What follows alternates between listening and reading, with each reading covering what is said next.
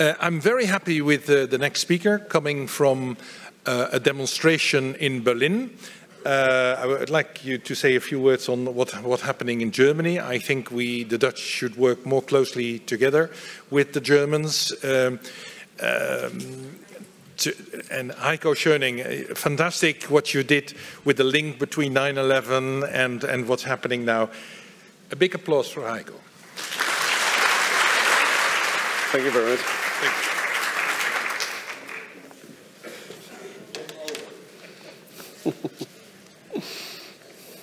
Good. Yes. Game over. When you know the perpetrators here, then it's game over for the perpetrators. That's the title of the book, and that's the whole concept.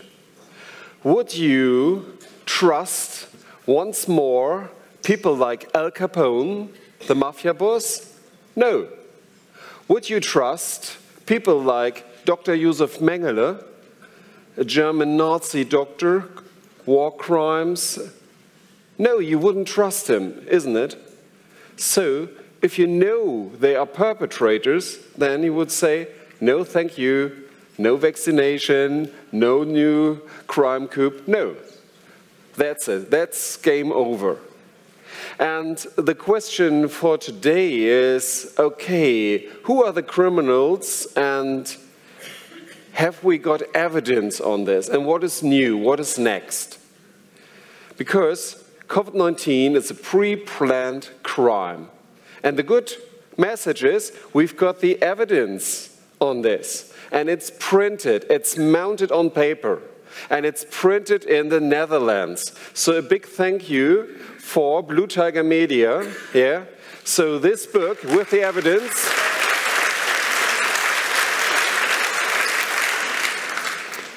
is printed in the Netherlands. Why? Because, as you know, I'm a medical doctor from Germany, from Hamburg, here. And the censorship in Germany is much stronger than in other countries in Europe. Yeah? So what we are facing is a fascistic-like situation. And I don't say this lightly. It is what it is. And it's not only in Germany what I experienced. Most of the people all over the world know me now from this event, from when a great tradition of free speech ended. There is a place in Hyde Park in London called Speaker's Corner. Everybody was allowed for centuries to go there. Yeah? So the Queen, the kings of Britain said, yes, you can say something.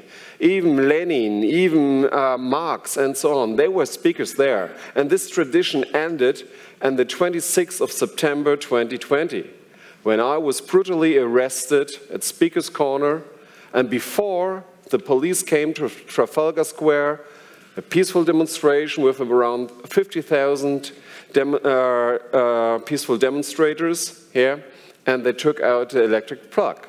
And then, yes, hours after this, I stood on a bench there and the police came and arrested me, handcuffed me, yeah, and I was put in isolation.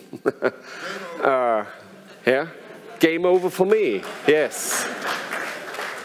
But the thing is, so the message, yeah, what they wanted to block. They wanted to block the message, COVID-19 is a pre-planned crime. And I said in an interview just an hour before this event happened, and when I came out of the prison, I said, yes, COVID-19 is a pre-planned crime. Why? It's obviously, it's about the financial Great Reset. Because think of the year 2008, the financial crash. You remember, 20%, it was going down with the world economy. And had they got a solution? No. Since 2008, no. Yeah?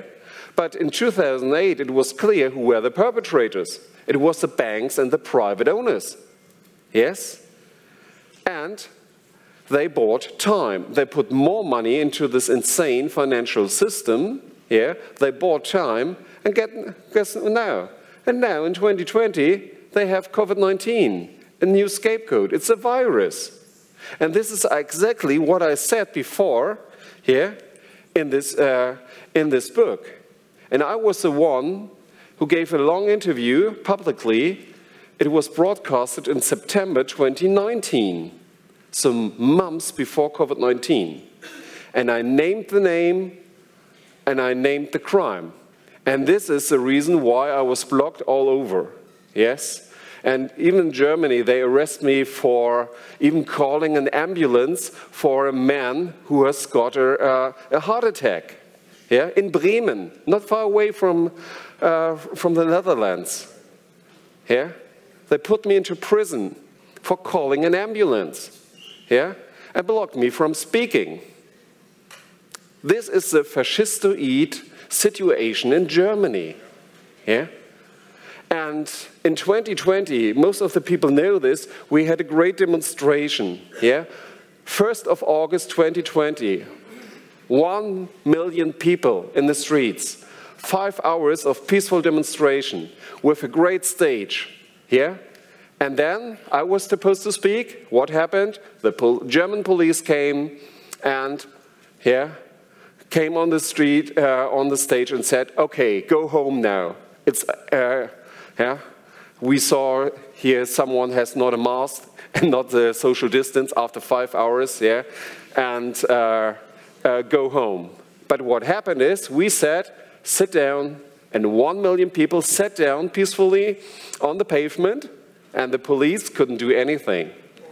Okay, I was in good mood. I said, okay, I was blocked from speaking, but we came back 4 weeks after this with more than 1 million people. And I brought Robert F. Kennedy Jr. with me here. We were speaking in front of more than 1 million people on the 29th of August. Yeah? So we, the people, we have the power. And the oligarchs, yeah, or like Catherine Austin-Fitz would say, Mr. Global, yeah, they know that we are stronger when we come together. And this is the reason why they block us. And the solution is, we've got now a think tank in Vienna and Hamburg. It's the Wirkraft Institute, important wirkraft.net, not .org, .net. Yeah? Because we need to bring professional information, and this is very important, because the mass media said, oh, these people, they have no evidence, they're just crazy. No, we have not. And this is the reason why I'm now, again, want to present you some facts.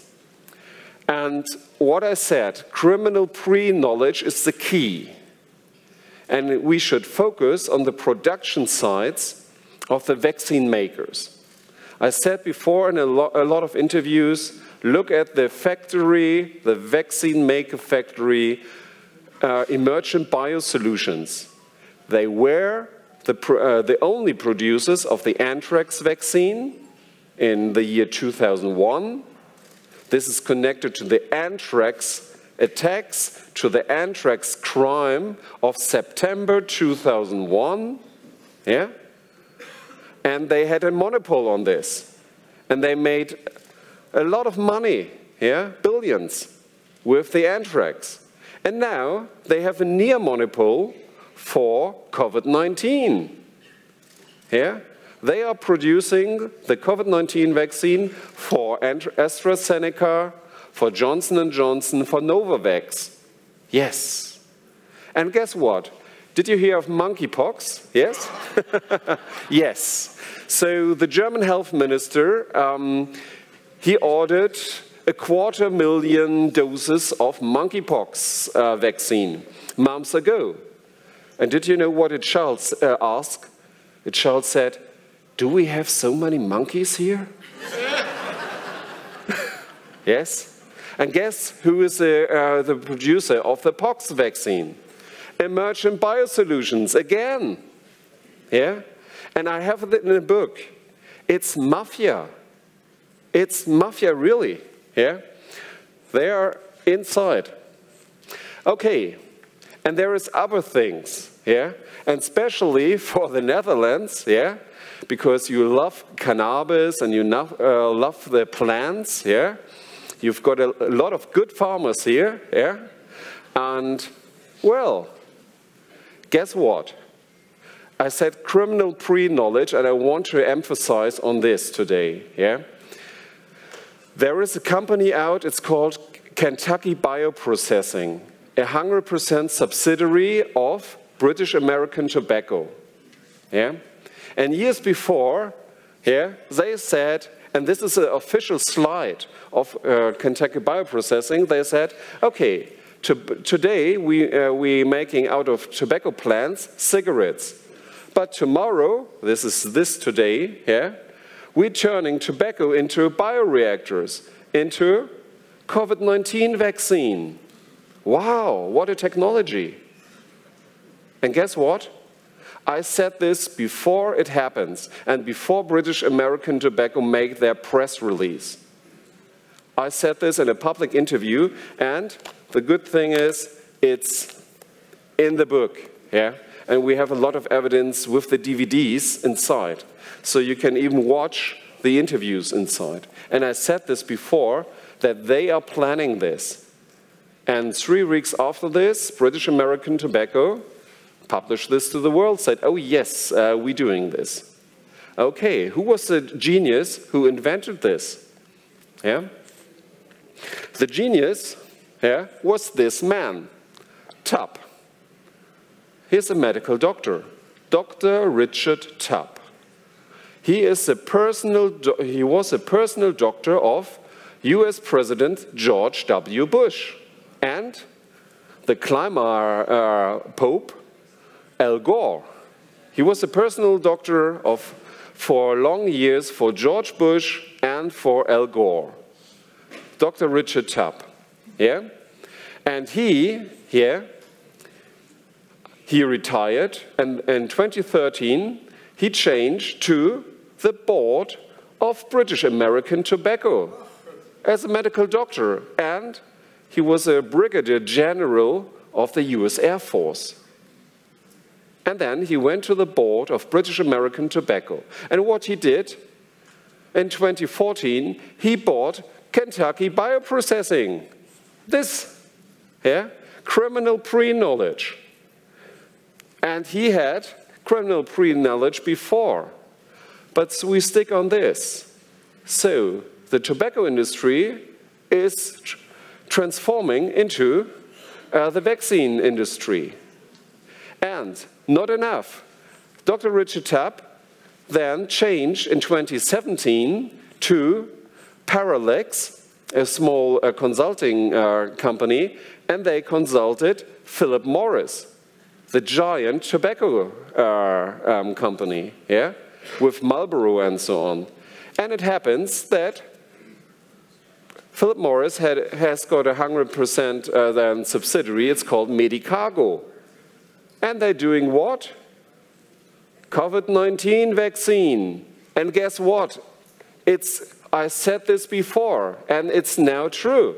In Canada, it has got a license. Gene-altered COVID-19 vaccines out of gene-altered tobacco plants are reality and were given to kids and adults. Yeah? And this man, he had the knowledge for this. Yeah? Okay, and it's worse than this. And now we have the real evidence that this man, Dr. Richard Tubb, is a perpetrator. Why?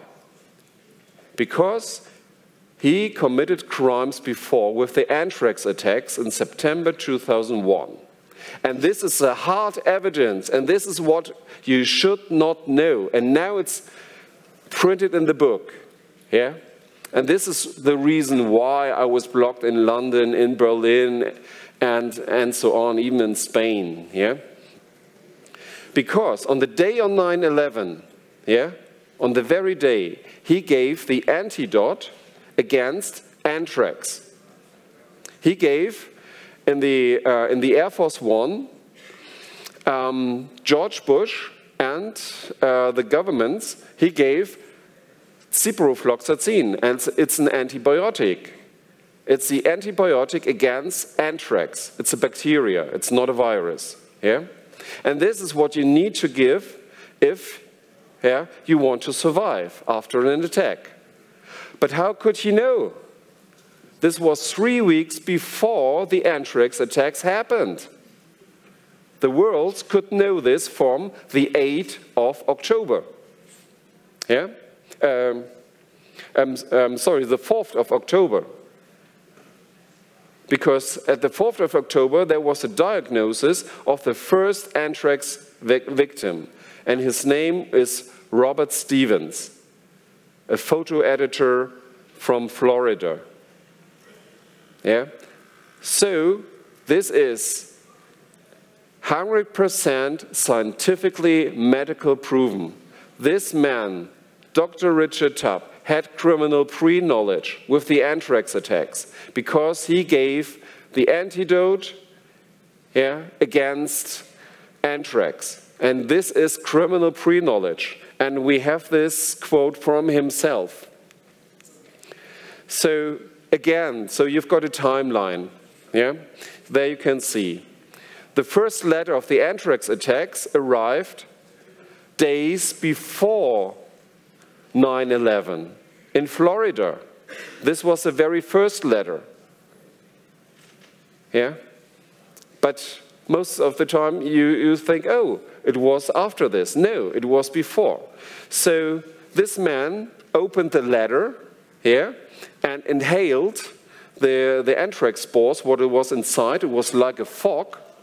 And the fog contaminated the whole big newspaper house, yeah, with more than 1,000 employees. And this house was then closed down for years.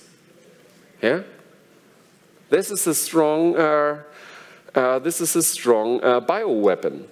This was a real bioweapon attack.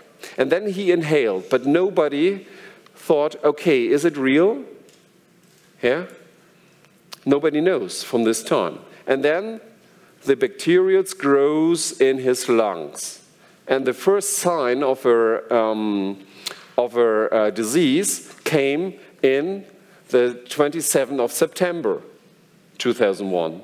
And then the diagnosis was of the 4th of October. There was, at this date, at the 4th of October, when the diagnosis was on, and a microscopic, and so in real medical evidence, then someone could know there was a bioweapon attack. This was the first date. But again, you remember, Dr. Richard Tubb had criminal pre-knowledge and gave the antidote for George Bush and the other government members in the plane, in the Air Force One. Yeah. Stephen died one day, a day after this, yeah. And this criminal pre-knowledge, this is the key. This is the very, very key. Yep. And someone might say, okay, but perhaps it was just prophylaxis, yeah.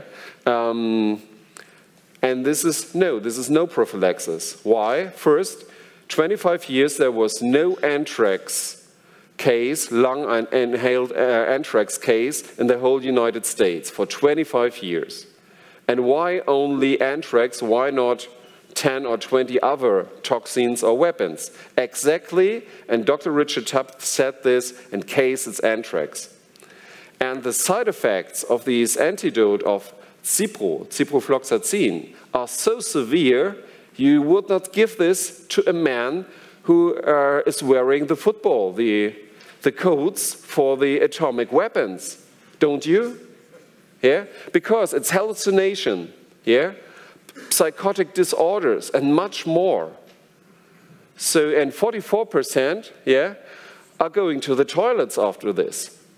So the half of the government was sent to the toilets. Yeah? This happened from the day of 9/11. Yes. Okay, so do you remember what they said after this? Who were the anthrax perpetrators?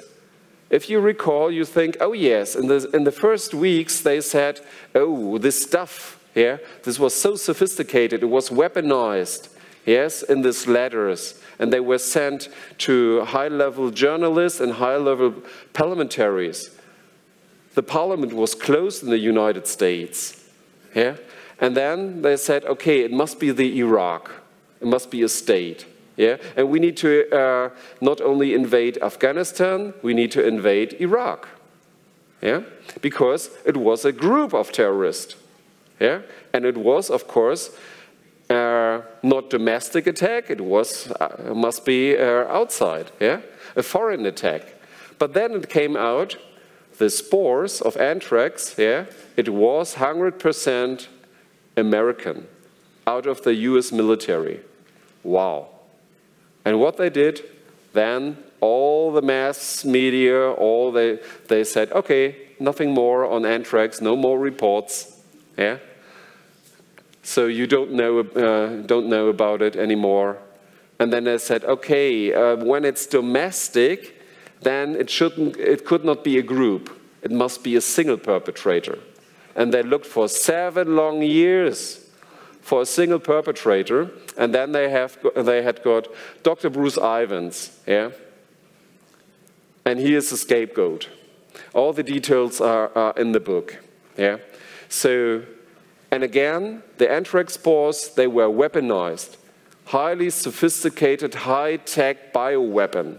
This was not a single perpetrator. And what I, then, as a medical doctor, yeah, I had the evidence that he was not committing suicide in the year 2008, when the FBI said, oh yes, we know now, he is a perpetrator. Can we speak to him? No, last week he committed suicide with paracetamol. The painkiller paracetamol. Everybody of you took paracetamol, isn't it? Yeah? And he was a microbiologist. So it's a joke. Yeah? And a lot of other things happened. This was a very expensive, very long, the biggest investigation of the FBI, but they did not make an autopsy, and they burned his body. Yes, yeah? So, yeah, this is, again, yeah, the story about him. But in the end, I want to come, I don't want to make it too complicated, yeah? So I can tell you the next things what will happen are bioweapons, yeah? And they have much more stuff. And what they want to do, it's this count. If you carefully listen to the oligarchs, they said, one world government. We want one world government. They make big conferences, and they said, one world government conference. Yeah? They want one world government. This is a long thing. Okay, we have around 150 governments in the world. And there is a Dutch government, isn't it? There is some more. And a German government. An American government. No, they want to erase. But who should do the job? Who should do the job? It's us, we, the people. It's you. We should erase all the governments. And if you look about the quality of the ministers, yeah, it's going down. They are puppets, and you know they're idiots. Yes, yeah? And they want us to erase them. And how? By creating chaos. By COVID-19, by inflation, and especially here in the Netherlands, by nitrogen. Yeah? If you don't stand up and make chaos and erase your governments when your kids are here, damaged by masks and damaged by vaccinations. Perhaps you do this when you have no energy or if you have no food. Yeah? No farmers, no food. Chaos. This is what they want. And then they present the big, nice solution. Catherine Austin-Fitz said this and said, okay, after a few years of chaos, then we will present you the solution, one world government, because all the other governments, they cannot deal with the problems of today, isn't it? The climate change is so important. We need one world government, isn't it? Yeah? They cannot handle all the bioterrorism, biosecurity. We need one world government. Yeah? This is the strategy. And they want us to erase all this middle class, all this people, yeah, on the governments. So the strategy out of this is, hello, yeah, high middle class of Europe, align with us, yeah, support us, because they want to erase you. You heard the phrase, you will own nothing and you will be happy, isn't it? Yes, that's a great reset of the World Economic Forum. You will own nothing, hello, one world government, yes? Erase all the others. This is what they want. In the end, they have only digital money. Yeah? Catherine said this. This is what they want. Okay, I'm finished with this. And the next will be bioweapons. Yeah? Just think of flying syringes. This is one thing what they want. Yeah? And what they prepare. Not only syringes to take you, flying syringes. Mosquitoes, fleas, ticks. And I kid you not. You see there, it's volume 1. And volume 2 is in the making. Yeah? And this will be about bioweapons and what they plan and what they want. I haven't got the time to explain all this, but I will be here all day. Tom Switzer, Blue Tiger Media, has got a booth over there with some books. I will be there, and I will be happy to answer all your questions. Yes? So in the end, again, please support the think tank, Wirkraft Institute in Vienna and Hamburg, because we need to align and we need a professional. So thank you very much for this professional organization today.